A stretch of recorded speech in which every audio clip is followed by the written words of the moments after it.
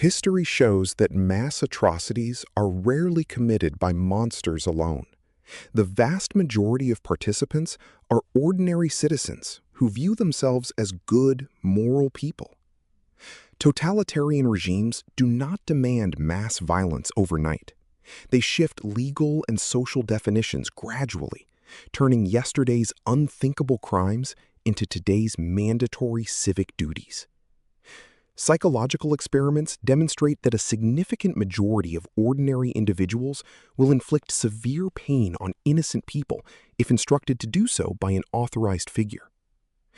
Modern bureaucracies divide complex, harmful actions into tiny, isolated steps. When everyone is responsible for only a tiny fraction, no single individual experiences a sense of personal guilt. Individuals frequently disagree with state violence in private, but they choose to remain silent because they incorrectly assume that everyone else around them completely supports the regime. Fascist movements exploit the evolutionary biological drive to protect the in-group.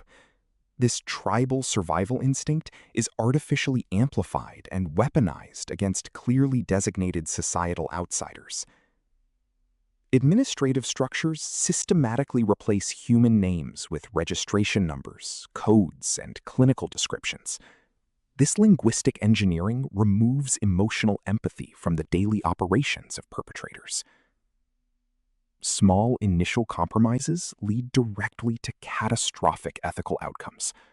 Agreeing to minor discriminatory laws lowers the psychological barrier to accepting eventual physical violence.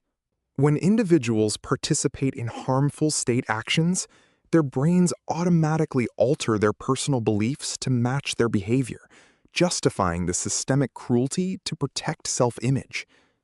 Totalitarian states link compliance directly with professional advancement and economic survival. Ordinary professionals cooperate primarily to protect their families, salaries, and social stability. Humans possess an inherent psychological bias to defend and justify the existing social order, because institutional instability feels far more terrifying than systemic injustice. When millions witness state-sponsored oppression, individual pressure to intervene drops significantly. Everyone waits for another person to act first, resulting in mass paralysis. Dictatorships meticulously codify terror into formal legislation. Citizens conflate legality with absolute morality, executing horrific directives under the comforting illusion of obeying regulations. Fascist governance systematically dismantles independent clubs, unions, and community groups. Without organic non-state networks, isolated individuals lose the collective resources required for resistance. Constant state media campaigns exaggerate internal and external dangers. When citizens believe they are under imminent existential attack, they willingly accept extreme survival measures. Totalitarianism transforms ordinary neighbors into active informants. The continuous fear of denunciation forces citizens to perform enthusiastic public support, which reinforces collective compliance. Complex macroeconomic or social crises are simplified by directing public anger at a specific minority group, providing the population a visible target for frustrations. The state enforces compliance through explicit physical terror.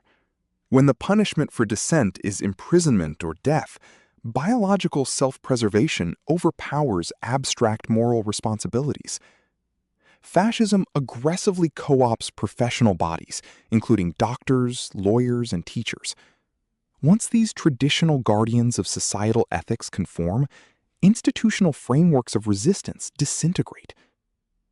Mandatory public oaths, mass parades, and uniform salutes force physical participation. Performing these rituals repeatedly reshapes internal consciousness, aligning personal identity with state ideology. What was once considered unthinkable becomes completely mundane through daily exposure and structural repetition.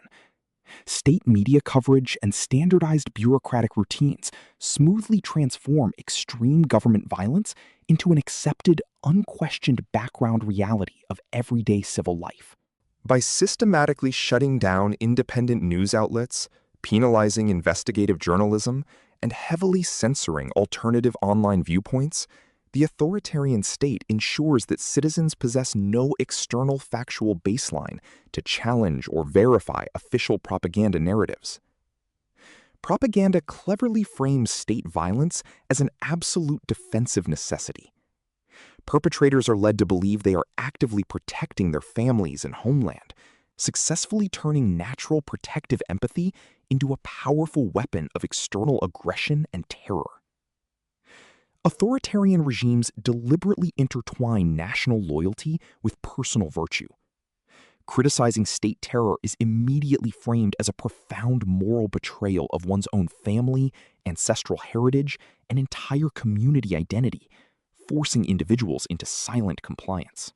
Fascist systems systematically replace independent legal judges with ideological loyalists. Once the judicial branch enforces political wills rather than objective constitutional justice, institutional legal resistance becomes completely impossible for ordinary citizens seeking protection. The vast majority of widespread administrative harm is organized by ordinary clerks who bear no direct malice toward victims.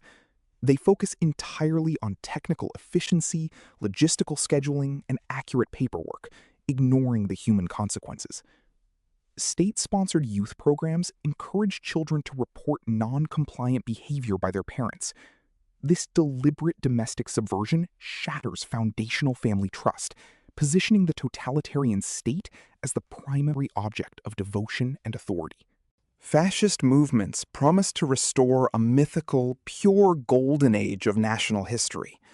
This romantic narrative exploits modern economic anxieties, convincing citizens that extreme, violent actions are fully justified to regain past collective glory. The regime systematically redefines existing vocabulary to conceal systemic violence. Forced labor camps are labeled national service, and aggressive war is termed security stabilization, completely confusing the moral clarity and ethical judgment of citizens. Artificial or exaggerated crises are utilized to temporarily suspend constitutional protections. Citizens willingly surrender long-term civil liberties in immediate exchange for the false promise of state-guaranteed absolute security and societal stability. When cultural celebrities, prominent business executives, and political leaders openly cooperate with an authoritarian regime, the lower social classes assume that compliance is the only rational and viable path for personal survival.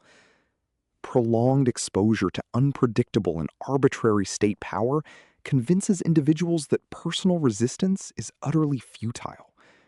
This systematic mental exhaustion destroys the psychological agency and confidence necessary to mount active, organized opposition. Behavioral conformity accelerates exponentially across a population via social cascades. Once a critical threshold of compliance is achieved, the social, reputational, and personal cost of remaining a dissenter becomes unsustainably high for normal individuals. State media constantly repeats a singular, unverified narrative across every single broadcasting channel. Without exposure to alternative viewpoints, the human brain gradually adapts to accept fabrication as objective reality through continuous cognitive saturation. Regimes freeze financial assets, revoke professional business licenses, and terminate employment contracts of vocal critics. This targeted economic ruin suppresses dissent more quietly and efficiently than overt physical threats, enforcing compliance through starvation. Independent artistic expression, critical literature, and philosophical groups are systematically banned by the state. By eliminating creative diversity, the regime limits the public imagination exclusively to approved ideological and political frameworks. Dissenters are systematically humiliated via state-controlled media networks and public digital platforms. This visible destruction of personal reputation deters onlookers, making total compliance appear to be the only safe option for maintaining safety. Authoritarian regimes deliberately involve low-level citizens in minor administrative abuses. This shared culpability binds the population to the regime, as individuals fear severe retribution and accountability if the government eventually falls. Educational curricula are completely rewritten to prioritize absolute state supremacy and uncritical obedience.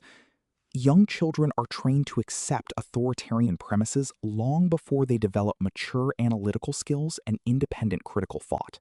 State propaganda aggressively elevates the leader to a transcendent, faultless status. This psychological projection allows ordinary individuals to completely outsource their moral judgment, believing the leader possesses superior, infallible wisdom for the nation.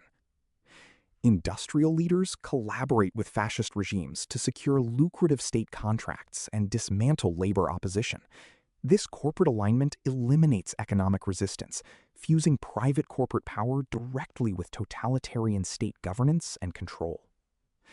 Established administrative machinery becomes nearly impossible to halt once set in motion. Functionaries continue processing asset seizures, arrests, and deportations simply because it represents standard operating procedure within their specific institutional role. Systemic complicity can be effectively combated by establishing small, highly resilient underground cells of mutual trust. These covert networks preserve independent thought, protect vulnerable individuals, and share verified alternative information away from state surveillance. Halting complicity requires conscious individual ethical friction.